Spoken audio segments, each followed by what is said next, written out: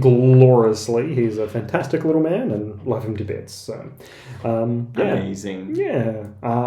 So it's been fun. Nothing crazy's been happening at all, and we're back ready to record some more episodes. The more you say that nothing crazy has been happening, the less I'm inclined to believe you.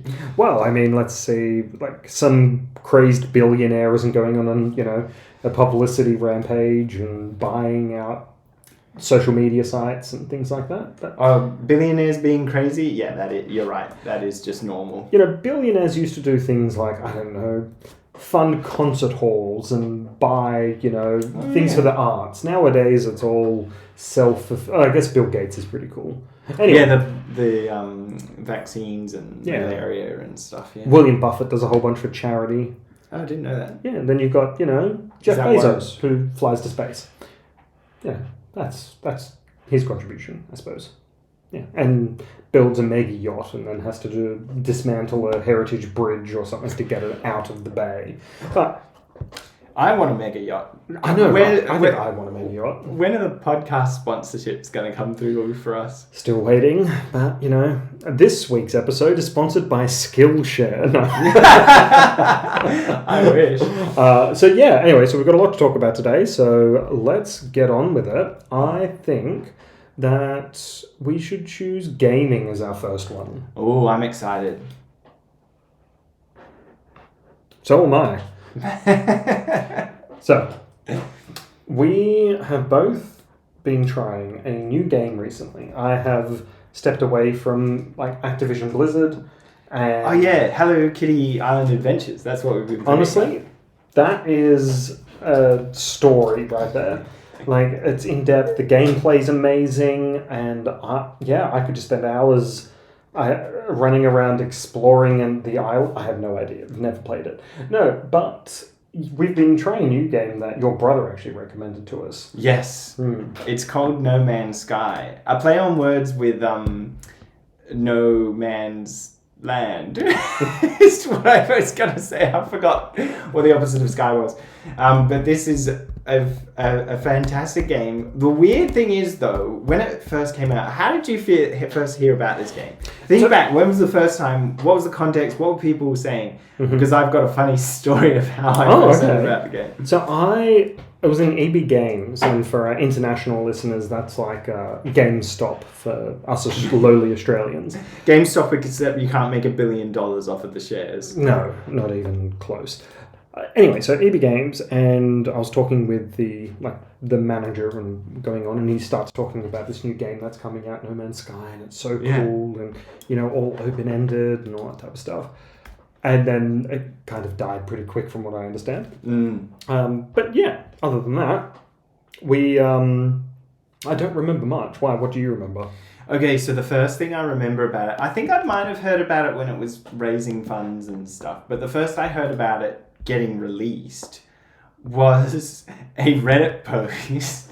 And when it's something to do with some entertainment and it's on Reddit, you're into for a good time. The Reddit post was, guys, I just worked out, no matter how many hours you've played the game for No Man's Sky, you can request a refund. So it's like people with 200 hours played at this game, they've invested all this time, they can request a refund. So why were people obsessed with getting a refund for this game, you ask? Well, when it first came out, you know how when you go to a movie and the more you think you're going to like it, the less you do. And if you don't think you like it, you end up loving it. The expectations for this game upon release were the highest of any game in history. It was basically you can fly spaceships around the known universe and there's billions of planets. Everyone's expectations were so high, and then it came out and there was naturally a lot of glitches because it was a new game. A new game, and it was doing things that had never been done before. It's a very small indie studio. Well, I mean, there's smaller indie studios, but it wasn't a big name or anything. It wasn't a AAA developer at the time. And so naturally there were problems. And everyone's expectations were huge. The launch was not great. And so I think it's the most refunded game in Steam history. I might be wrong about that. Wow, I did not know that. Let's do it. But it was a victim of its own publicity success, right? So like, Yes, I think that's right. it was Sony that was in charge of like its publicity from memory. That could be wrong. Don't fact check me. But because they just publicized it to the nines, like all over the place. Like this is why like that manager in EB Games was telling me about it, because he was probably told to talk about it. And yeah, like it was. So here it is here. So it's players are free to like perform within an entirely procedurally generated open world universe, which includes, now this is crazy, 18 quintillion planets. What? I didn't even know quintillion was a real number. I thought people made that up. 18 quintillion planets, folks. All right. It's hard to imagine a trillion, right? Quintillion. Yeah. Have you been to that website Crazy. where it gets you to scroll across how much a trillion is? No. I mean a million. That's a billion, horrifying. sorry. Yeah. And then that takes forever to scroll. If you got to a trillion, and then a Nah. Mm-hmm. Okay, so we'll never see them all. No. Because the thing about this game is another factor that a lot of people criticize it about, and we haven't even really talked about what's good about it yet. But Not yet. Another criticism is that it's multiplayer, but you never see other players, and the reason is because the universe is just astronomically 18 quintillion, folks. 18 quintillion. The likelihood of you running into anybody is infinitesimal. So, as we segue into what we like about this game, we've played together, we've flown around planets together. How did we find each other in the universe? You have the anomaly. Ooh. Dun, dun, dun. So that's like the multiplayer interface, right? So you're, as a character, you can summon the anomaly, which is like a space station, right? It looks like the Death Star, actually. Yeah, you're right. Yeah, totally, it does. Yeah. So, spherical thing, right? So you summon that into open space, as in space. You fly in, and that's where you can see everybody. That's where you can talk to people. You can select missions, go with them. You can teleport to other people's planets, even if it's like star system after star system away. So yeah, it's like I genuinely love this game.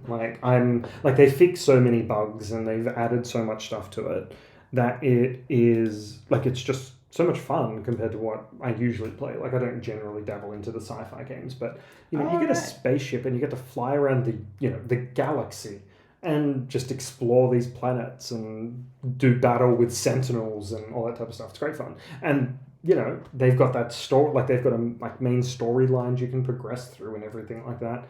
And I kind of just forewent that and explored the galaxy. And I've got probably 16 quintillion planets to now explore instead of the 18. Wow, 2 quintillion, that's a lot. Yeah, just an hour's work. When you've got as fast of a spaceship as you. Yeah. Mm-hmm. Okay, so I have to admit, even did it come out 2016, 2014? 2016 it says. It was released worldwide for the PlayStation 4 and for Windows in August 2016, and then the Xbox One. Yeah, I'm coming for you, Microsoft. In July 2018. Oh, okay, right. So that means it's now been 7 odd years. Mm-hmm. I have to admit the game still has some glitches because you guys had started working on something, maybe a mission, or you were doing something on your planet. And I had just gone off quickly to do a couple of lines in my quest because I'm way behind on my quests and main story compared to you guys. And so then I decided, I'm going to go to this planet. This is where I need to be next. And I arrive on this mushroom toxic wasteland of a planet. I'm like, I'll just fly. I think this is roughly where I need to be. And then I press E to land. And my spaceship, E makes you auto land. Yeah. And my spaceship flies down, crashes into a giant mushroom, and proceeds to get stuck on the stem of the mushroom. I'm not on the floor, so the game won't let me exit the craft. But I'm still landing, so it won't let me make the craft take off.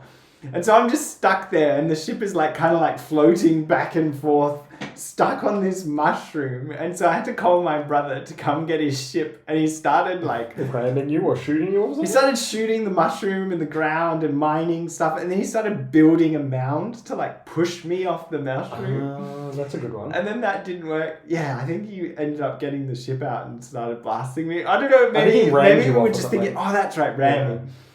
Anyway, and so in the end, I just decided to log out because I had only done a little bit since I got stuck. And then I just proceeded to fly to the planet again and land, making sure to check that there were no mushrooms around. You never want to go in a mushroom. But it's funny because, like, when you start the game... Yeah. Adam, before you move on, I discovered that there's a feature, if you press X and then scroll a few times, there's an emergency, like, teleport or something like that. So if I hadn't had that, I would have been able to get unstuck. Fair enough. But so like you start a character and you start on a planet, right? And you do like a little thing to get a ship ready and all that type of stuff. And then you kind of move on to another planet to like continue your storyline.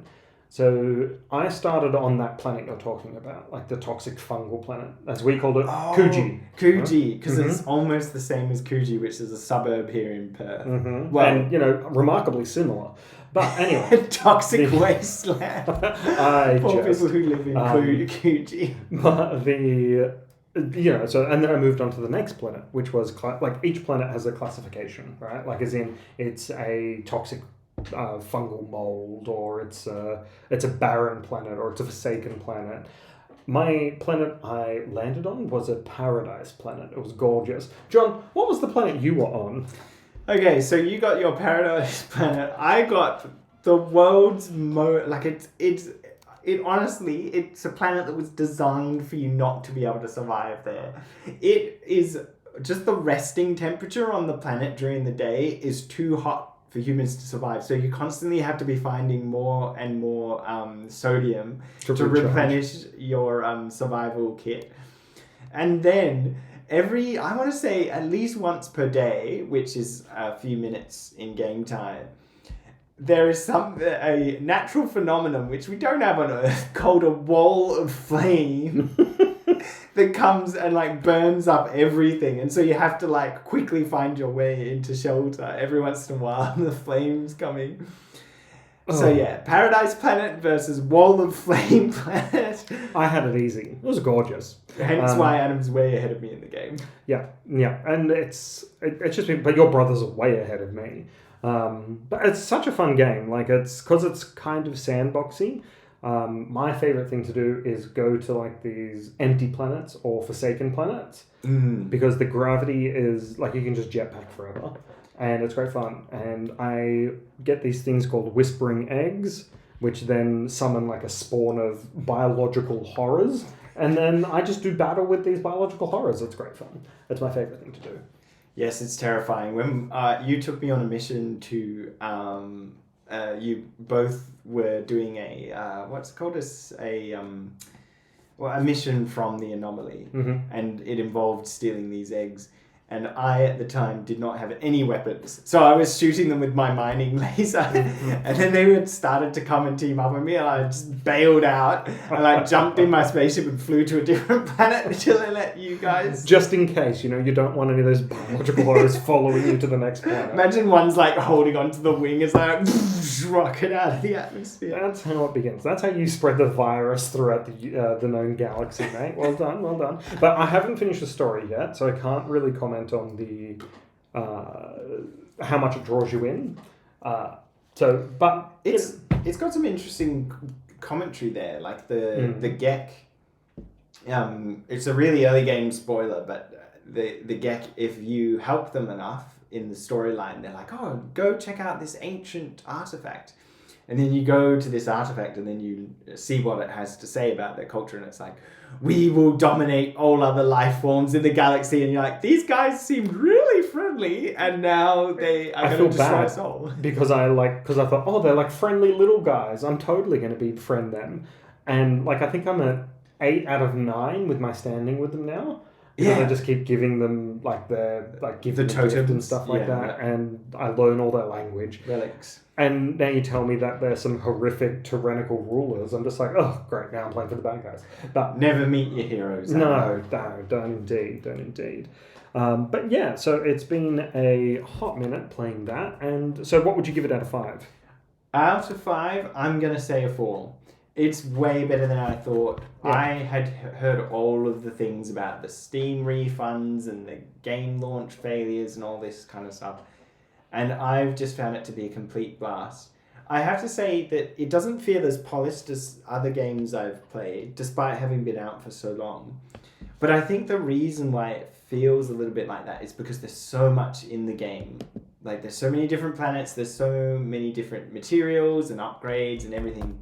There's so much depth to the game. And even the controls, most games, you've got the mouse, W, A, S, and D. This has like Q, E, F, Z, like C, R, T, all the keyboard is being used. And so you really feel like, I don't know, it's hard to describe, but it feels more real inside the game because there's so many different things you could be doing at any given moment. Mm-hmm. Whereas a lot of other games are a lot more focused. And so I think that makes it harder for them to make it a fully polished experience. But what it makes up for is in the sheer scale of the universe, the really tight gameplay loops that they have around gathering the materials and building things you need. Everything feels like a chore when you think about it. You're like, oh, I've got to collect this in order to build that thing in order to get this. But because it's so quick to find all these things, it's more invigorating than maybe some of the other survival games that are out there. Yeah, I agree. Like, I've played a lot of those survival games, and I've got to say that the No Man's Sky is all like so much more fun because you're not bound to like one planet, one biome. Like, everything just feels so much grander, and it's just, it's phenomenal. Like, I agree with you. I'd give it a 4. I would give it a 5, but I haven't done the story yet. Yeah, and I would say, because we haven't seen much of the story, and then also the glitches and multiplayer is a bit tricky. You keep getting booted out of our group and stuff. I really do. Like, the game hates me because every time we leave to go anywhere, it's just like, oh, I'm not a part of your group anymore. It's fine. Be like that. But yeah, overall, I'd say really love it. And something that more survival games should do is they give you a rocket ship from the very first mission. You repair your rocket ship and you can fly. Yeah. Mm-hmm. Whereas a lot of other survival games, you're kind of stuck because you build your base where you spawn so that you can survive, and you just are stuck there. So what's the point of this open world infinite universe if you're never exploring it? Yeah. Whereas No Man's Sky is just like, you know what? We're going to give you a portal and a spaceship, so you can always get back to your base, but you can explore the universe. Yep. All right, 4 out of 5. Top notch, love it. 4 out of 5 all round. I would highly recommend it. I'm not sure if Steam has it on sale at the moment. But I think it just ended, but yeah. Add it to your wish list if you haven't already, and pick it up next time it's on sale. Yeah, agreed. We'd recommend. Totally. So, John, there is a movie out that is right up your alley, I think. Yeah. So yeah, I've heard about this. I know you've gone to see it, and I didn't because I wasn't invited. No, I'm kidding. But I did. No, I know you did. So it's right up my alley. We're talking about Barbie. Yeah, totally. Okay. And how did you find that? Did you think it was definitely your... No, we're talking about Oppenheimer. We're talking about destruction and science. But I haven't seen it. And every time I think of Oppenheimer, and I know I'm going to get judged for this, oh no, I don't think of the famous scientist who helped create, what he created. Spoiler alert. But I think of a cat from Big Bang Theory that Sheldon called Oppenheimer. Dreadful, I know. Don't judge me. But no, I know he's the scientist. See, it's the same with me for there's a character in there that's sort of the doing the opposite. Well, working for a different country than Oppenheimer. Mm-hmm. Why am I saying characters? These are people that... These are real people, yeah. Anyway, Heisenberg. But whenever I hear Heisenberg, I think of Breaking Bad. Yeah, instantly, yeah. His code name when he's obviously... Doing the bad things. Doing the bad things. Mm-hmm. to in the bag. Where were we before we decided about it's a names? great movie. No, Yeah, no. Okay, so I have to preface my review of this movie to say that, and I've probably mentioned this before when we've talked about other movies like Dunkirk and Tenet. I am a huge Christopher Nolan fan. I think one of my brothers showed me Batman Begins, like on this dodgy DVD recorded, back before streaming services existed. It was like you had to record onto a DVD what you wanted to watch. John, you're showing our age here. Okay, you're showing our age. Yeah, sorry, no, what I meant was I streamed it. No, yeah. Of Batman Begins. Phenomenal movie, and funnily enough, had the same main actor. That was the actor of Scarecrow. If you most people remember, most people remember Peaky Blinders. Oh well, yeah, he's in Peaky Blinders as well. Most people remember the second movie of that series, which is The Dark Knight with the Joker in it. But I actually am a big fan of the first one as well, like in addition to. Right. Anyway, so ever since then, I've been a huge fan of Nolan. When Inception came out, it became and still is my favorite movie of all time. So I had to preface that whenever I review Nolan to be like, I'm just excited that there's more frames of Nolan films. I've watched most of his films, and so at this point it's pretty much forced us all to watch. Oh, what was that? Tenet. Yeah. I enjoyed that. That was good. I Put the sound system up to maximum, and I just bought a new TV, gigantic literally 4K just for this. Just for Tenet. Yeah. So that's, now you know how much I love Nolan. And so this one, I wasn't sure about it because I was like, I prefer it when he makes original stories rather than historical.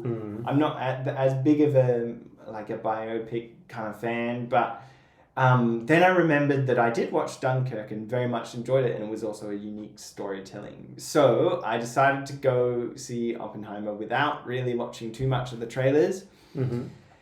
And whew, what can I say? It quite literally blew me away.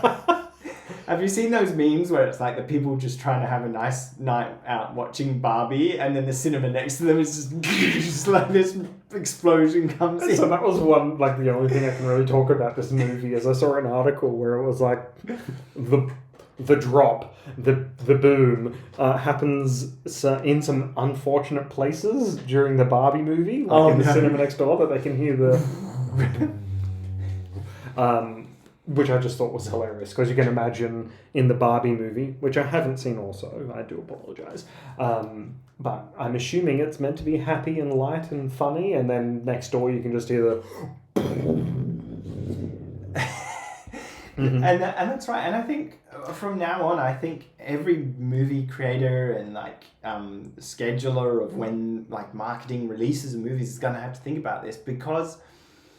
as another example, I went with my daughter to see the new Pixar Elementals, and next door the Rise of the Beast Transformers was playing, and she was actually a bit unnerved by the loud thumping and explosions and stuff. So they do need to think about what's going to be playing next door. However, in this case, it definitely worked to both movies' favour, because you've probably heard of this concept called Barbenheimer, which is where you watch one movie and then the other in a row. And Oppenheimer by itself is 3 hours, so that is a lot. It's a marathon of movie. Did you do that? Did you watch Barbie as well? So, No, I didn't watch Barbie. I would have liked to do it just for the sake of the meme, but I just with the children. I'm also a father, so Yes, getting to bed before, I need to give myself 8 hours before the next morning, kind of thing. Anyway, that's my excuse to why I didn't do it.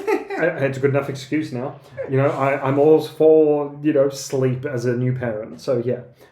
Living excuse generators is what children are. Perfect. For why you don't have to do social engagement. So I'm assuming the climax... Let's actually talk about the film instead of everything around it. Yes. I'm assuming the climax of the movie is... So actually, you know what, John? Give us the breakdown of what... In case any of our listeners don't actually know who Oppenheimer is. So why don't you tell us what the go is?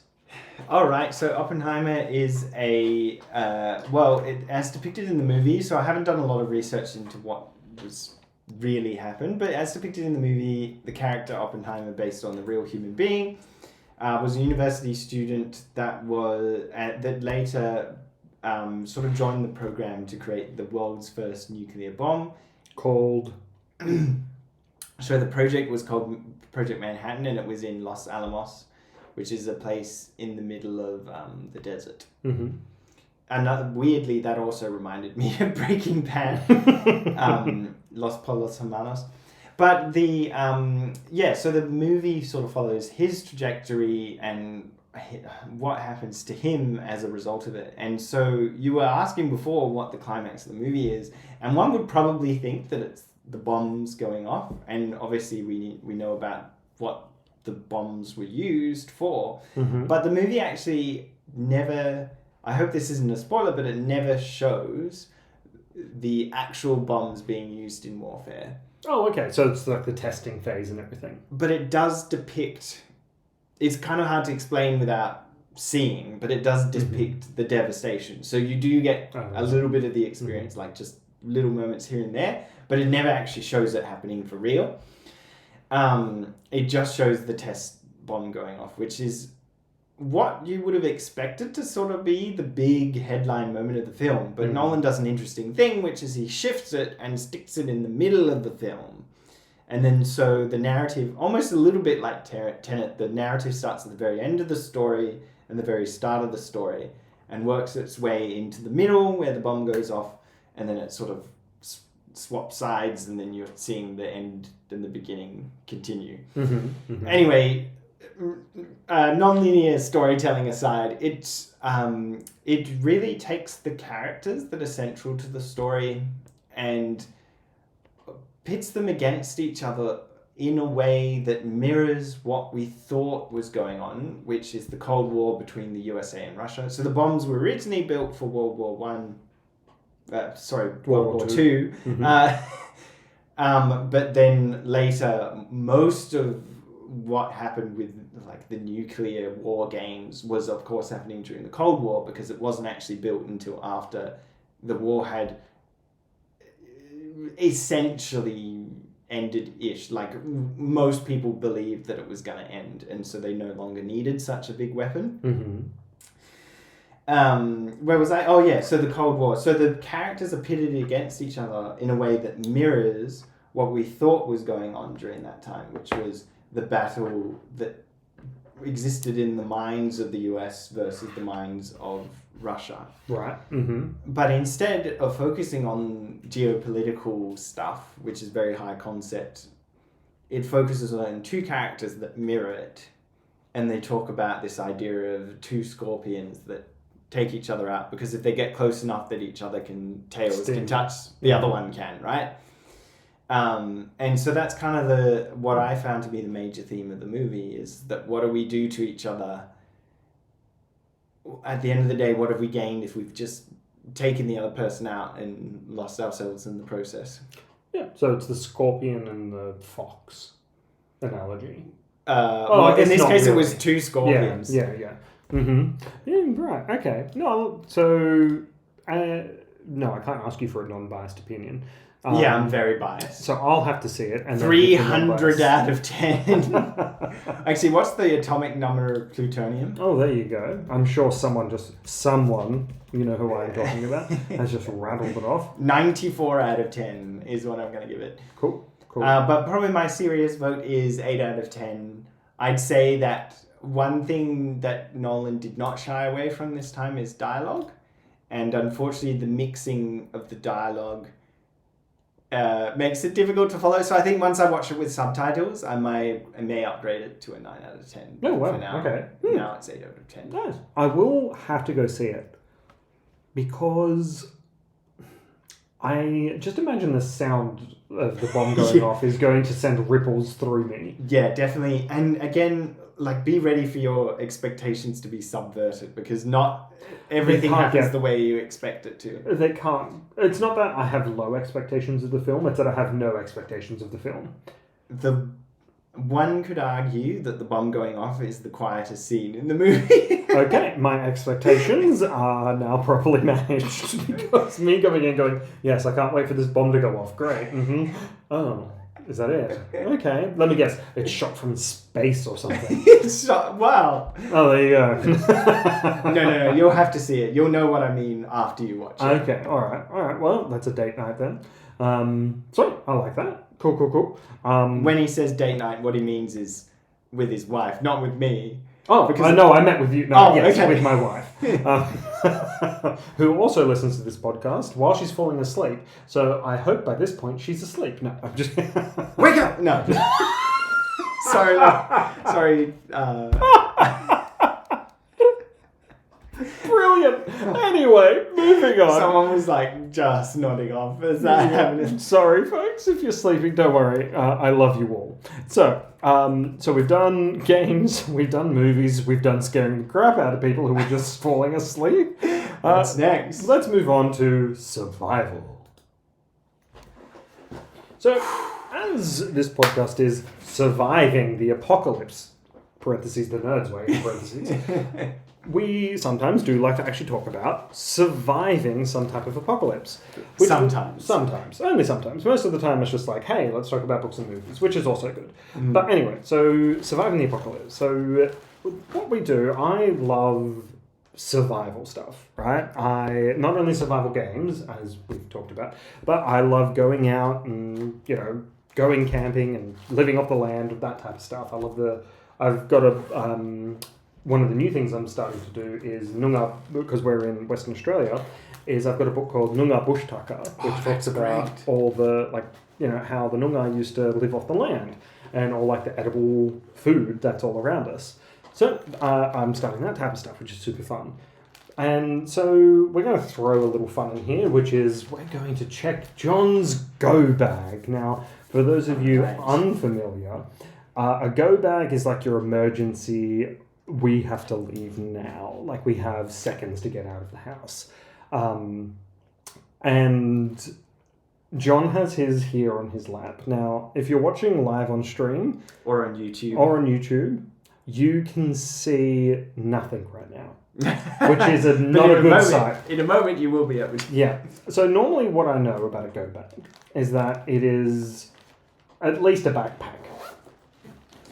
Yeah. So I've actually got a very small running backpack to be my go pack. That's fine. Hey, let's see what's inside it. So I'm going to judge as the resident professional, apparently, of what we have in John's go bag. I wish I brought mine. But we could have compared in the room. Your go pack is your house. It's just gonna up. The roof opens up and balloons come out, and you just and then I fly off to my planet. Okay, so John, what have we got? That's the first thing here. So starting off with, we've got a Cliff energy bar. A chocolate brownie flavor, very nice. Okay. Yeah, everything chocolate brownie. Let me just check this. Hold on. Keep going. I'm just going to read the... And then we've got a everyday meal replacement, which is just basically a meal replacement shake. And then look what we've got here, Adam. Oh, a Bic lighter. You can tell I don't smoke because I didn't nail that first time. But yeah, lighter. Because I once was on the Reddit. I read a Reddit about survival and stuff, and they were like, in all my years of being in the wilderness, the most reliable way of starting a fire I've ever found is a Bic. Yeah, totally. And the good thing about it, right, is, as long as you've got the spark. Yes. And if it's out of gas, you can still start a fire with it. That's right, as long as you've got tinder. Yeah. Which brings me to my next item, which, and a lot of there's probably 4 or 5 items in this go bag which you've given to me. And this was a gift for my 30th birthday, which is a box full of Tinder. Tinder and box. If you play RuneScape like I did / still do, a tinderbox is obviously very useful for the fire making skill, and that's because it is in real life.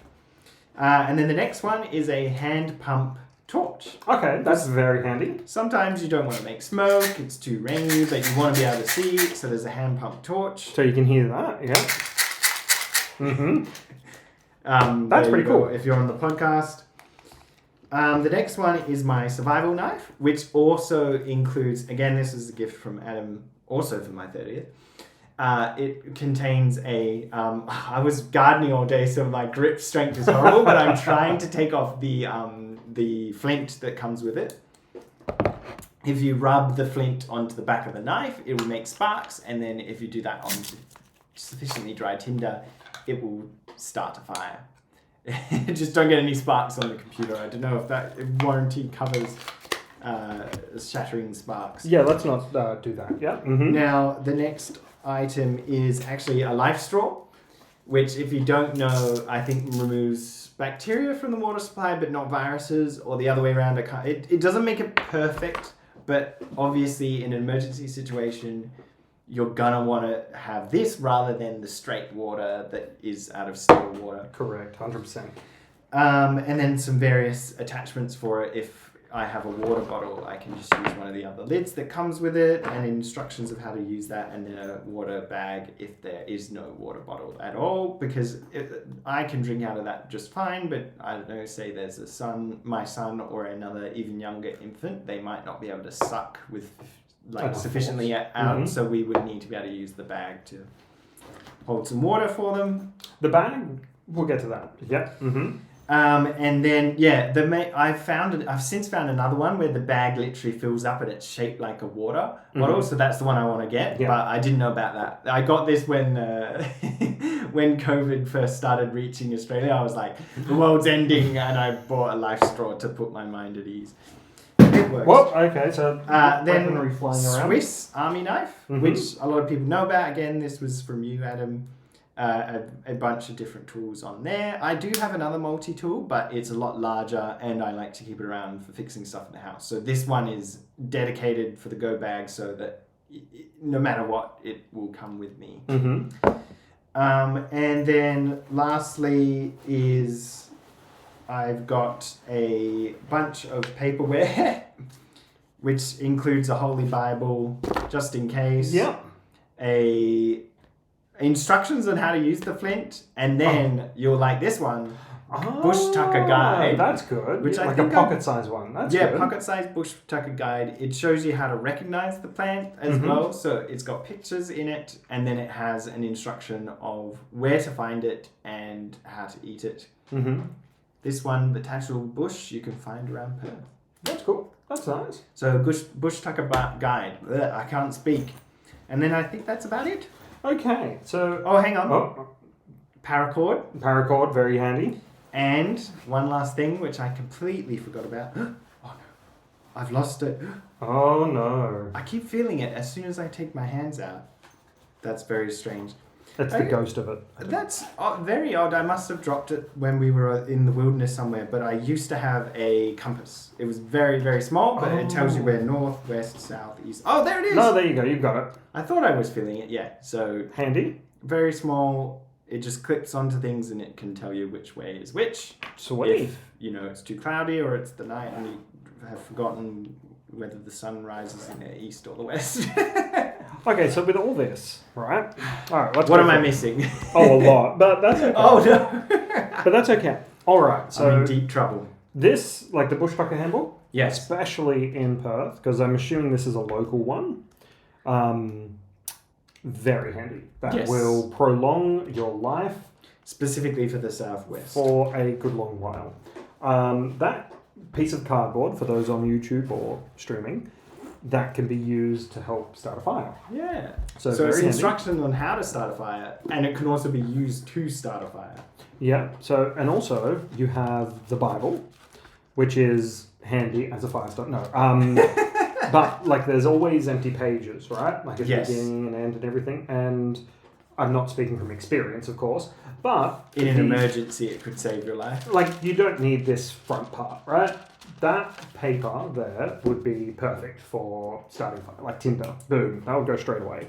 So those are like the superfluous things, right? Okay. That bush tucker book, that's like grade A. You need that. Okay. What do you think of the Cliff Energy Bar? Okay.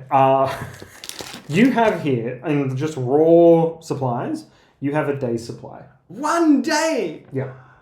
Think about this, okay? Hang on. Like, you can ration it, sure. Okay. But in a bug-out situation, you are burning all your calories, regardless. You are moving. You are getting away from wherever you are. Or like the traditional thing for a go bag is not just a go bag like to leave. It's a go bag to stay. Like they're emergency supplies. So like we don't really have this problem in Australia, like earthquakes, right? But yes. This is a day supply of food. Like without... I see what you mean. You're not saying I'll only survive a day. You're saying the food would only last a day. Not that you would only survive a day. Only I agree. This food is only a day. And really, considering I have a family of 4, I'm not eating any of it. Well, okay, if you're wanting all this for the kids and your paramour... Whoops, I just got your paracord. Then this You mean my partner, my wife? Yes, your wife, paramour. I'm just more romantic. No, it's a paramour. It's a lovely little word. Okay. Yeah. This is half a day then. Yes, that's right. Okay. So, and really, what I think is I'll just immediately go into a fasted state. Oh, yeah. Or you just come with me and we've got supplies for days. Yeah, great. Right? Plus, you've got stuff in your cupboard and things like that as well to take. That you can grab, yeah. So tinder, of course, we have the tinder box, which is very handy. So good for starting a fire. But like you will need all that type of stuff. Yes. But with a Bic, that makes fire starting very, very easy. So like, boom, you've got a fire. Done. So very good. This hand torch, I was surprised by. Yeah. Right? Because I was like, what use is the hand torch? But you'd be surprised because it comes down to morale. Yeah. So when you're in the dark, when all the lights are out, when there's nuclear war raining around you, this isn't going to be like your saving grace, but it will give you that little bit of comfort. So that's you could even read a book. Yeah. And as you know, reading is good. You might need to lock that again. So very good with that. I'm of two minds here, right? So the compass, it's good, but like, do you know how to navigate by a compass? Yeah. Because I genuinely don't. Like, yeah, okay. You just point it and then you're like, yep, okay, I'm going to go west now until I reach the water. That's true, I suppose, yeah. Paracord, good for base building. So, very handy because you don't have to just use... This is a fun little bit, right? Paracord, for those of you who are not aware, is you don't have to just use the cord here. What this is designed for is for you to unthread it. So that way... Oh. Yeah, so it's not just this amount. It's if you look closely at it, you can see that it's actually threaded with more. Yeah. So you unbind that and you can use that for however long you need it, essentially. So paracord, very useful. I've got more paracord, but I don't have that in my go bag, so this is all I would have to survive with. So the Swiss Army knife, there's a reason why this is given to like Boy Scouts and everything, and that is because it's a very good tool. It's not the best tool, like obviously you can get stuff out there, but for something just to keep in your go bag, you can also give it to like one of the little ones as well to be like, hey, you can help, and that gives them purpose type of stuff. It's a pretty safe item to use. Yeah, in the movie I give this to my son, then we're separated and I eventually die. And then he's taken in by another person. He keeps it until he's like 40 years old and he still has it. Yeah, but except you're not going to die trying to. Yeah, well, let's hope. Then you have... So these are the two most valuable items, in my opinion. Which ones? Well, actually, that and the Noongar book about the bush tucker. Yes, that's right. So the life straw... So... For those of you who aren't aware, Perth, WA, not super wet country, right? Not a lot of rain. Although there's, you're not going to find freshwater streams everywhere. Yes, that's right. So this is very handy. So you were talking about like all these attachments, and you like have a life straw won't kill viruses. I think you get rid of bacteria, doesn't kill viruses. Yeah. That's just from memory. So also you've got some paracord there as well. Oh, yeah. The bag, like using the bag attachment, then boiling it sanitizes the water 100%. So that's what that's for. And you can never underestimate the usefulness of a knife. Like, it can make weapons. It can, like, not just make weapons like this. It makes more weapons. Yeah, you can sharpen a stick. You're separated. This also has a whistle. The whistle on the knife, yes. Mm-hmm. The fire starter, the knife sharpener. This is a very useful tool, and I'm glad you have it in your go bag. Hence why you gifted it to me, so that I would have a chance of surviving until we're... Fighting chance, yeah, until you can get to me who lives 5 minutes away. Yeah, I have to fight my way through the zombies for 5 minutes. I'm going to rate this on a scale of 10, okay? Okay. With this go bag... And what are the scale here? Are we saying 0 is... You will die in a day. Mm-hmm. And 10 is you are self-sufficient enough with... you have the capacity to be self-sufficient. Yeah. Okay. Like my go bag isn't a 10. Because that's... You need a few more things. I need a few more things. Like, for instance, I don't have a life straw. But I can make a filter out of stuff. It's not difficult. You know what? We'll get into that later. Tune in next episode, and Adam teaches you how to make a filter out of natural material. But so, out of 10, I'm going to give that go bag. It's okay. You can be 2. Mm-hmm. 2, Adam. Now, the reason being, right? You have the bare basics to survive, what you like to get where you need to get, like to get to me or to get to like far enough away from the from populated center, right? The main thing you want to exactly right. So that's good, but what then?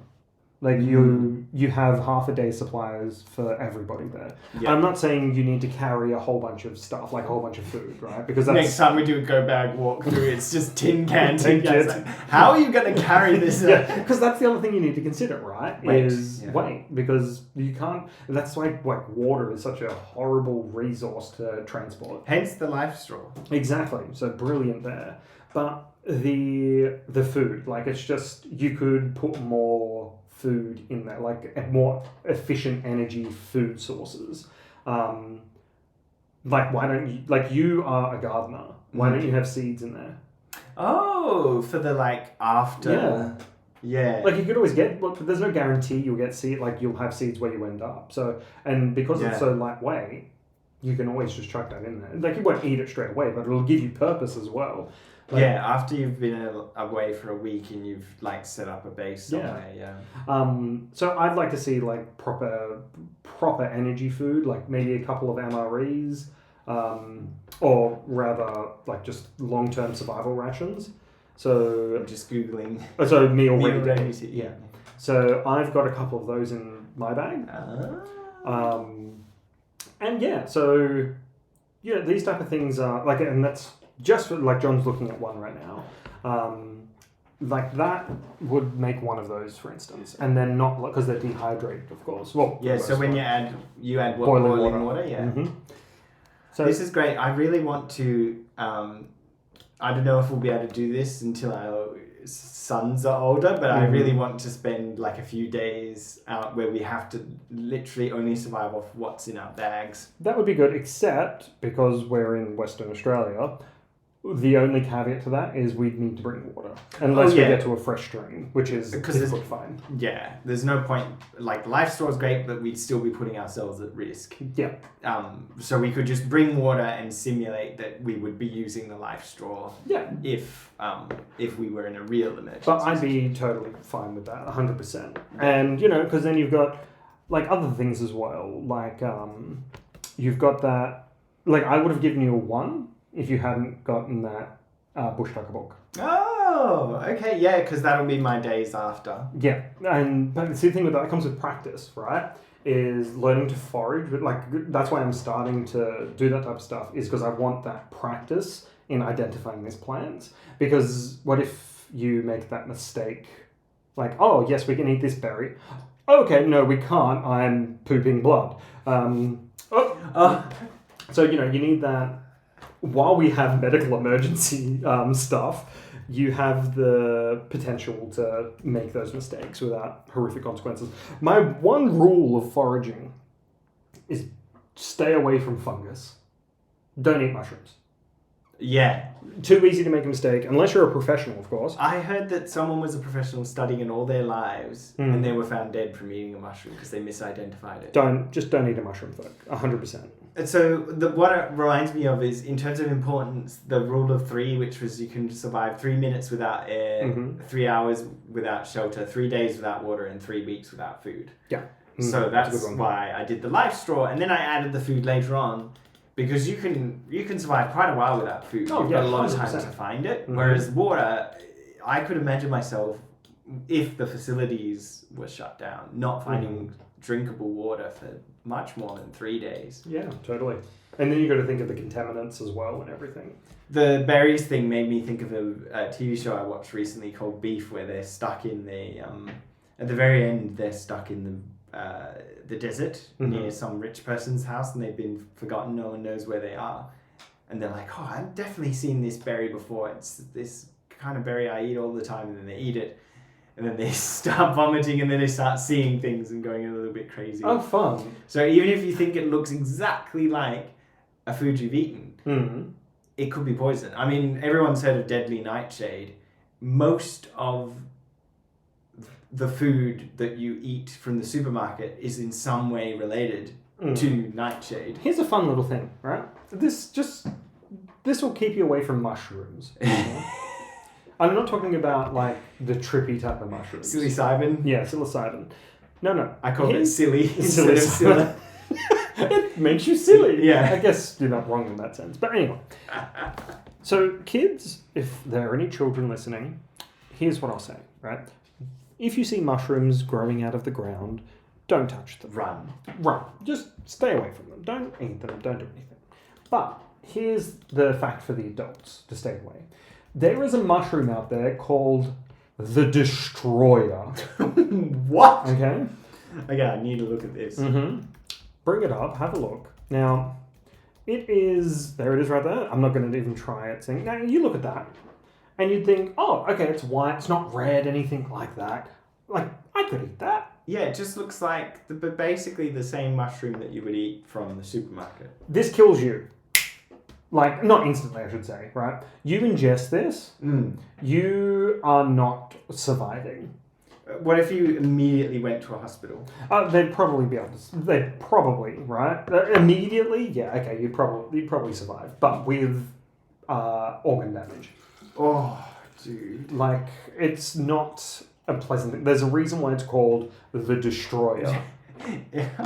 Why does it make me instantly think about, like, just, you know, organs coming out both ends? Kind of. I mean, if you go back to, like, have a look at the Destroying Angel as its, like, little fun name. Okay, Fun name. So let's have a look at, like, symptoms here. The There we death go. cap.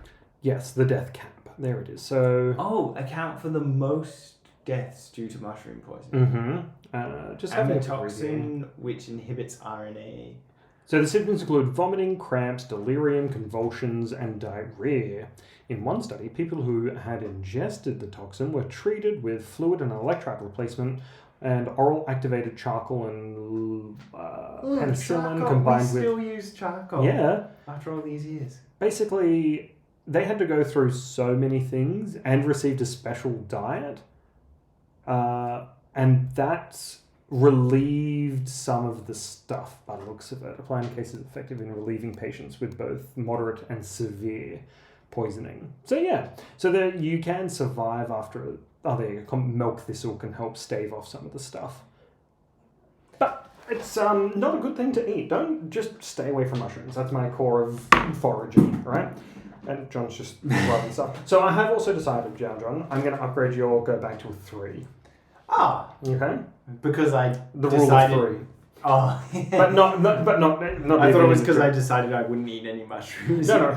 I'm glad. But no, that would have been a -1 if you are right with the rule of 3 things. Like you can survive, but also with kids, crankiness, morality. Not the moral. What am I thinking of? Why am I blanking on this? Thank you. The morale. Why I was stuck on moral, and it just kept repeating in my head. The morale of like your family and your group. Yeah. So yeah, totally. But so 3, I think, is a good measure there. You've got a knife. You've got access to water. you've got information there to be able to help you get to more food. So yeah, that was fun. I enjoyed that one.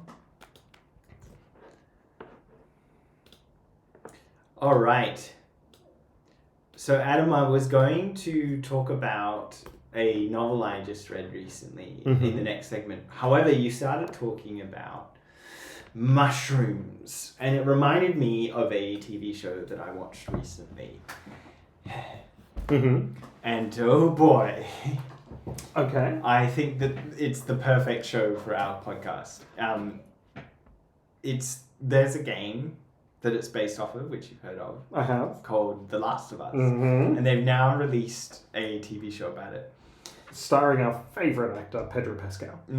Everyone's favourite person who transports a smaller person. Yeah. Everyone's favourite babysitter. Yeah, I wish I could babysit my children as well. That would be good.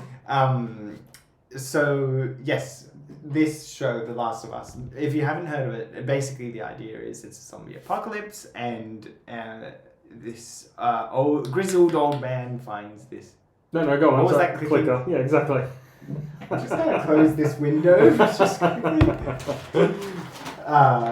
So there's some clicking zombies that cannot see, but they click to find you, which is what Adam was.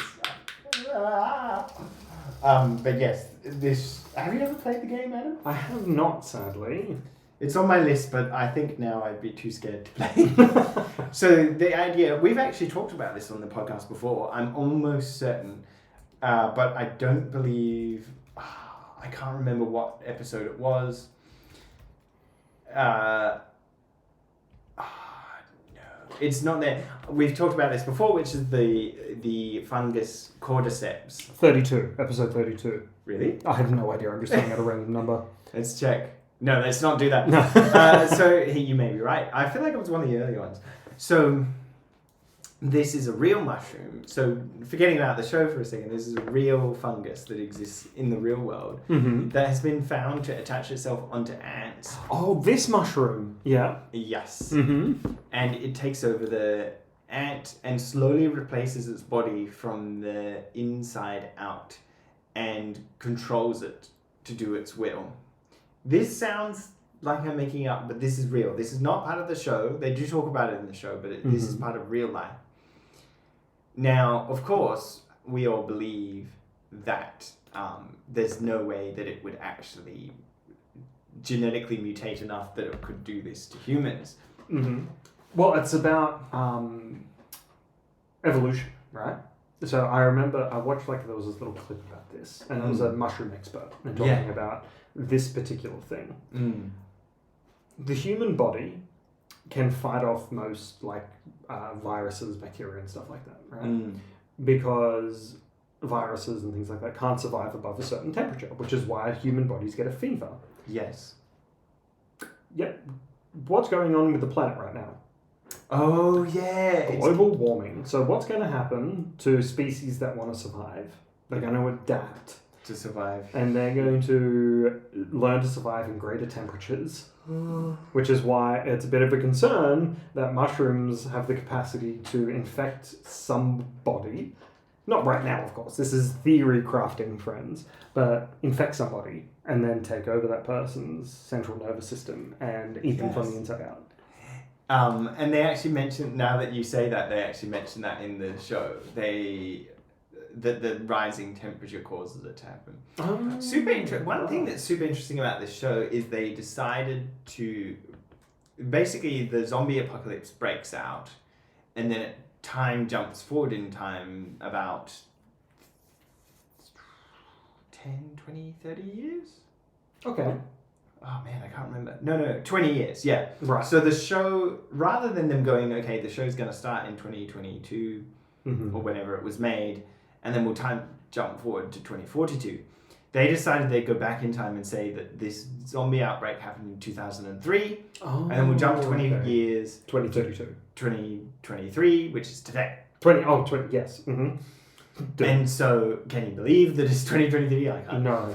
And so what's interesting about the show is that all the cars and stuff exist. They're all rat bag from 2003. That's fun. And no one knows what a smartphone is, etc., etc. All the music has to be from the past. And which I thought was creative, because normally when they do a time jump for a zombie apocalypse, they just choose, well, what if today went sour? True, yeah. But in this case, they went backwards. And it's a lot easier when you think about it from a production point of view, because they'd have, like... The cars are that old in real life, yeah. Yes, I think it was brilliant. Good. But yeah, so the idea behind The Last of Us is this mushroom, due to global warming, adapts and starts infecting humans. But what's unique about the show is, obviously we've had The Walking Dead. Have you ever watched that show? I have. I watched like the first maybe 3 seasons and then got bored with the repetitive storylines. Right. Mm-hmm. So what they realize is that everyone's heard that story of the zombie, and we all have to like shoot our loved ones, and like how do we survive? And it sort of pushes that to the side, and instead what it focuses on is the interactions between the characters and the unique things that they have to learn and go through as a result of the situation they're in. And they really put a lot of effort into it. Like the main character girl, who was born after the zombie apocalypse started, says things like, oh, what? Like you guys used to fly around in these planes to go from country to country. You could go anywhere you like. And he's like, oh yeah, we didn't count ourselves lucky back then. It was just life. And then what was another good scene? Oh, he was like about to drive. They find a car and he's about to drive off to get to their next location. And he's like, all right, seatbelt on, like nothing. And she's like, seatbelt? Like, she's never had to sit in a car before, because like all the cars are big junk heaps. Potentially. Because I haven't seen the TV show, but like I know the premise. Yes. But it's just interesting that maybe that clip I saw was from the TV show, like with the mushrooms. Yeah, maybe that was why, because it seemed very did seem very specific. Familiar. Yeah. But like that's probably not, like, it takes millions of years for evolution to take place, of course. But micro adaptation. Who knows? It only takes one, right? What if one person gets infected with a mushroom that has elected to mutate ahead of its time and infect somebody, then that person then infects someone else, and then boom, you've got a pandemic of mushroom zombies. So the two things I wanted to bring up about this show were, one is one of the characters in the show is a doomsday prepper. Is and that it shows Oppenheimer? Yeah, from Parks and Rec. Of course Rec. it is. Yeah. Mm-hmm. So there's an entire episode which is about him, hiding from the police before they evacuate the city. Mm-hmm. And then he just gets to live out his doomsday prepper dream. Which is, it's just brilliant, because it's like doomsday preppers so rarely get to actually 100%, yeah, utilize and take advantage of the fact they took all this preparation. What's that on? So what stream in Australia, at least? What's The Last of Us on? It's on, you can get it on Binge or Foxtel. Right, okay. Mm-hmm. So I was house sitting and they had Foxtel. I've never had Foxtel in my life, but they had Foxtel. I won't either. Rupert Murdoch. I've done Binge, but my goodness, the app is so glitchy. So recently my TV got a update, and so now it can run Binge instead of having to have the phone app, because the phone app was shocking. Ooh. Anyway, they really need to up their game. But the second thing I also wanted to point out that was super interesting about this show has completely escaped me. So the end segment. The end is Nick Offerman, a.k.a. Ron Swanson from Parks and Recreation. I bet you that it is actually Ron Swanson, and he has just survived into the Last of Us universe. I bet they've merged the universes. Leslie Knope's probably out there somewhere as a clicker. He plays the same character. Of course he does. I've met him, did you know? Leslie Knope is a clicker. Now I know why they say nope. They run away. So... Oh, yes. Oh, okay, so the you other remembered. thing Good. Was one brilliant episode where... So the show starts and it's like... If you don't know the premise of the show, the reason he's trying to keep this girl safe and deliver her somewhere is because she is the only person in the history of time to be immune to the fungus. And they're like, how does this even work? Because you can't be immune to a fungus. It's not like it's a virus or something. Mm-hmm.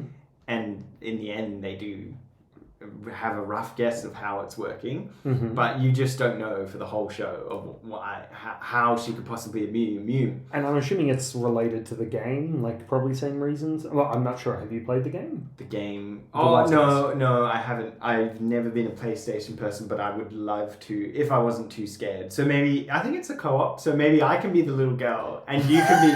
We should stream the whole thing. I'm the little girl. You're the guy that's trying to save me.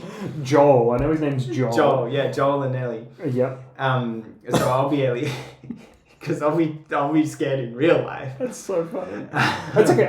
So for our fans that don't know, I'm terrified of space, and I'm scared of everything else. And thalassophobia is my big one. So like planets and things like that. So No Man's Sky while in space is a literal horror story for me. You're playing a horror game. Yeah. I'm just having fun.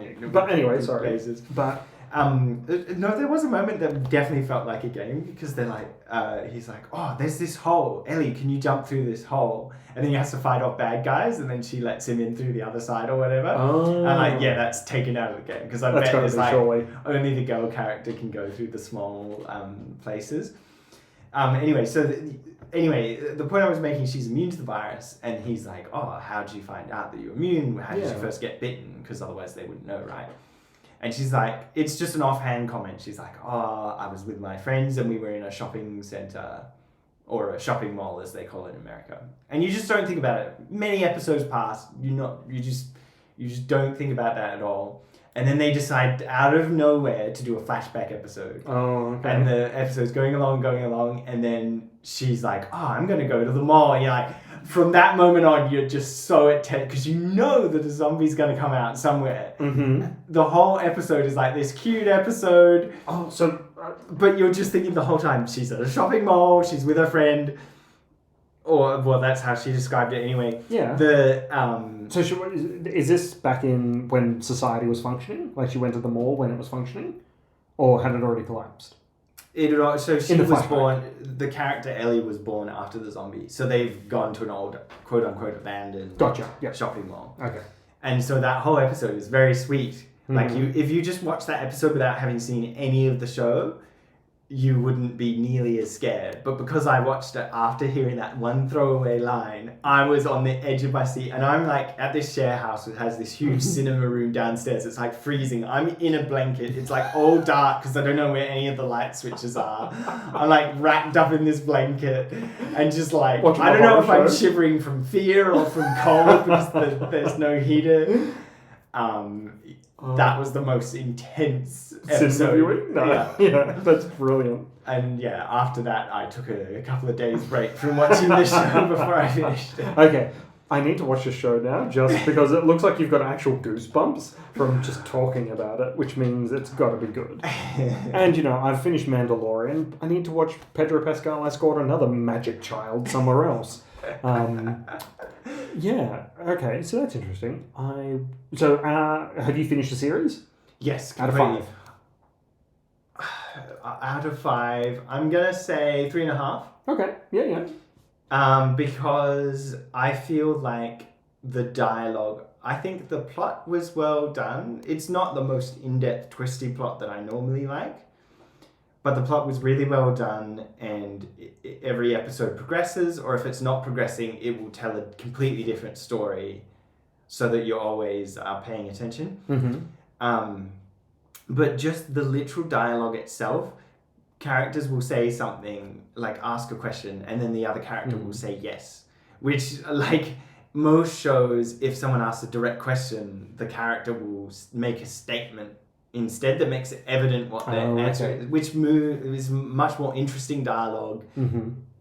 So just the dialogue wasn't very bitey, I found, and I reckon if it had good dialogue, it would have been a solid 4.5. Okay. But it's 3.5 for me just because of the dialogue, the effects, cinematography, acting, and even the plot was pretty good. It's just the dialogue let it down. So I've already said it's Pedro Pascal, but who plays Ellie? That's Diana Mormont.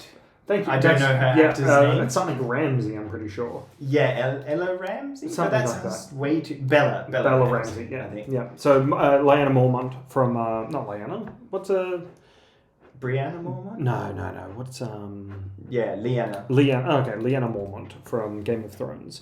From Bear Island. Yeah. She's the one that just puts all the other older men in their place. Love it a bit. Oh yeah, that's the other thing that makes it a 3.5 is Mm-hmm. I feel like they needed a consultant teenage girl to tweak the dialogue. Oh, okay. Because some of the things she says, I'm a bit like, nah. I think that's let's yeet. The writer. You know? It's like me probably writing for a teenage girl. Yeah, Do kids yeet? Is that a thing? Yeah, yeet. Yeah, I yeeted that zombie into the next dimension. That's a teenage girl's dialogue, right? Yeah. All right. Moving on. But yeah, it was totally fine. But there were just a couple of moments where I was like, she wouldn't have said that. That's what an old person would think a young person would say in that situation. Those millennials, they always like to talk like that.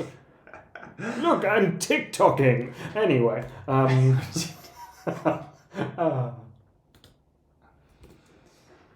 right. We're going to go, because I expect this is a longer episode, but we're going to rattle off a couple of suggestions for you folks. So we talked about some survival stuff today. Yes. And I wanted to give our fine listeners a chance to make use of the glorious internet that we have to help prepare them for the apocalypse. What's right? the internet? I know, right? Oh, yes, talking about boomer. The World Wide Web. So, I'd like to recommend to our fine listeners a couple of YouTube channels to just expand your... Because if you're just listening to us to survive for the apocalypse, hey, you'll have great pop culture knowledge, but you will die within a day. Okay? Yeah, sorry. We're more of the nerd's way than surviving on this podcast. But so I figured every now and then we'll just do a, hey, you should check out these YouTube channels because not only are they entertaining, but they'll also give you some useful skills and knowledge to navigate the perilous dimensions of doom. Sure, let's go with that. So, first one, John, would you like to... Actually, I'll do one of mine first. So, I recently discovered this person. His name is Dan Santana, and his YouTube channel is called Dan Santana Bows. So, DANSANTANA Bows, BOWS. So, his is all about bow making and woodwork. So, like, how to, like, properly age wood and things like that. And it's so low... Not low energy. That's not the vibe I'm going for. Vibe. See, I can talk like a jet. Low stimulus. It's just... It's relaxing because you can just sit there, watch it. They're not over... Like, he's got a couple of long ones, of course. But he's just got, like, short... type of, hey, I'm making this bow, you can watch me do it type of stuff, and then he'll fire a couple of shots and he talks about, you know, wood tension and how to correctly identify if you've carved a bow correctly. Like, we've made a PVC pipe bow. Yeah. That was fun. This guy teaches you how to make it out of, like, proper wood. And that'd be much nicer. Yeah, and, you know, it's... The way he does it, obviously, you just think, yeah, I could do that. And you possibly could, but these type of things take practice. So try it. Just try it, honestly. Like, what's the worst that can happen? You make a bad bow, then try it again. You know, it's great. So, John, what's your YouTube recommendation? I may have mentioned this channel on the podcast before, but I want to mention it again, which is Primitive Technology. So you may have seen, they go viral from time to time, these videos where someone, like, maybe two guys are, like, digging out a pool in the middle of the bush, and it, like, has filtered water and all this stuff, and, like, places to sit and a barbecue and stuff. But you know that they've had, like, excavation teams come out between the shots to make it look like they're achieving all this. Primitive Technology is the real version of that. He actually makes kilns, and he was able to get iron. I watched that one the other day, actually. He was able to, he found a way to filter iron into a bunch of dust, and then using fire. This is all stuff that he's making out of clay. Using a fire kiln with a proper, like, he has this spinning filter that works as billows, and he was able to forge an iron knife Which is so out cool. of dust from the river. It's just crazy. My daughter and I were on a trip once, and every morning with our breakfast, we just had the videos on in the background, and they're so relaxing. It's not overstimulating like a lot of content on YouTube. You're just watching him literally. He doesn't even explain. He never says a word. No. He just shows you by doing. Yeah. And you just watch him. And all he has is a pair of shorts. And I think he lives in Queensland. And he has a big property somewhere. And so he's just in the middle. He's cool. Finding old trees that have fallen down and turning them into stuff and making clay. And he's made old houses. And it looks like a filter/siphon came out a while ago, which I haven't watched yet. No, that looks cool. I definitely check this out because even as it's just good entertainment. It's not provocative in any way, shape, or form. You can sit down, watch this, and learn something from it. And it's not. He's not trying to be educational because it's not explaining anything. It's just good content. You can learn from it, or you can enjoy it, or you can both. I found myself wanting to just go out into nature and just build something because we need to do something like this, right? Yeah. Oh, goodness, I love it. Do you have another one, John? I may do. That's right. I'll do my next one. So we've probably talked about... that's the one I was going to do. Yeah. Okay. So this is our joint recommendation. So I discovered this guy a while ago, and it's the most relaxing YouTube channel I know of. Here, the YouTube channel is called Scotty's Gone Walkabout. And it's just about this guy who goes wild camping. And it's not even about the camping, I think. It's about the scenery. He's real big into cinematography. So he's got the big drones and he's got nice music over the top of it. And it just shows the beauty of the landscape. But he also gives some interesting and cool tips, and survival things. He's like, hey, this type of stuff you can eat. And he picks out this plant and starts chewing it. And you're just like, oh, that's cool. And he has good recommendations for camping gear and stuff like that. So highly recommend Scotty's Gone Walkabout. It's peaceful. Watch before bed and you'll have the best night's sleep of your life, guaranteed. That's great. And yeah, it's just, like I said, if you just want something relaxing, check it out. He's quite big on YouTube nowadays. So yeah, check it out. John, do you have another? Yeah, there's another one called My Self-Reliance, which I think has been recommended before. But I don't know much about this one. I haven't watched it quite as much as Primitive Technology. But if you're looking on the lookout for even more channels, definitely check out My Self-Reliance. All right, well, we'll check that one out and we'll get back to you guys. Oh, well, that was a good foray back into podcasting, John. We've had some good times there. So thank you all for joining us on this glorious return. And we'll hope to be doing more and more frequently. I know we say that every time, but, I actually enjoy John's company. So, Yeah, maybe we should do the opposite and say we won't have a podcast out for another year. Yeah. So we'll see you in This is the yearly podcast. 2024, we'll see you next year. But no, John, any passing remarks? I have some survival gear that I'm trying to get rid of. So, if someone makes a creative Twitter post or Instagram reel, the survival gear is all yours. It'll be a survival knife and a flint and steel, which are Adam's top recommendations from my packet. Not those ones. I was about to say, you're giving them the knife I gave you? Because Adam gave me that knife, I no longer need my old knife and my old flint and steel. So I don't know about that, mate. It's always good to have more knives. I've got many. Yeah, but nonetheless. that's true. And we'll also give you this cello. No. Anyway, so contact us at thenerdsway@gmail.com if you want to tell us we're fools. Or give us some recommendations. We'd be happy to review them, to be honest. John? Yes, so facebook.com/thenerdsway. We no longer have to say the Twitter because that website is... We'll talk about that next episode. And that's actually a good thing because that Twitter, it's the only place I didn't have /thenerdsway. I didn't have that for Twitter. So now every service, just go to /thenerdsway and you'll find it.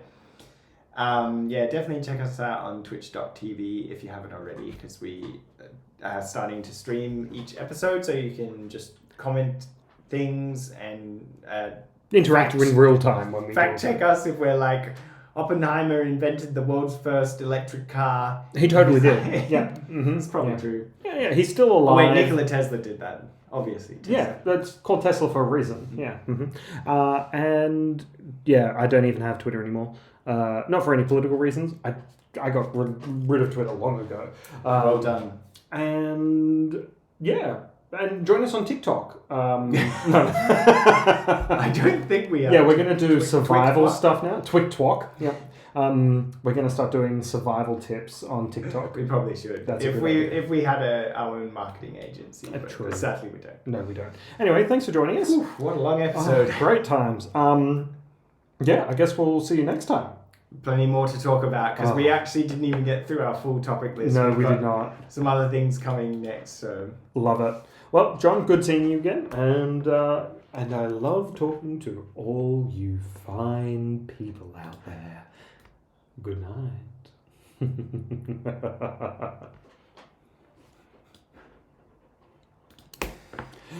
Whew. Well, thanks for joining us. If you're oh yeah, the stream. I forgot about Hi, the stream. thanks for joining us. If you're still there, now it's our after show. It's called Talking Nerdy. Survived the apocalypse. Yeah, survived the Nerds Way. I don't even know Survived anybody's still the there. Nerds Way. I like it. No, I think it's just Us. us. Well, Although it does say the viewers are there, but I don't know if that's true. that's really cool. Maybe they're all different people that dropped in. Don't know. Yeah, possibly. Well, if you're watching on YouTube, see you Have a next good time. one. See you later. Bye.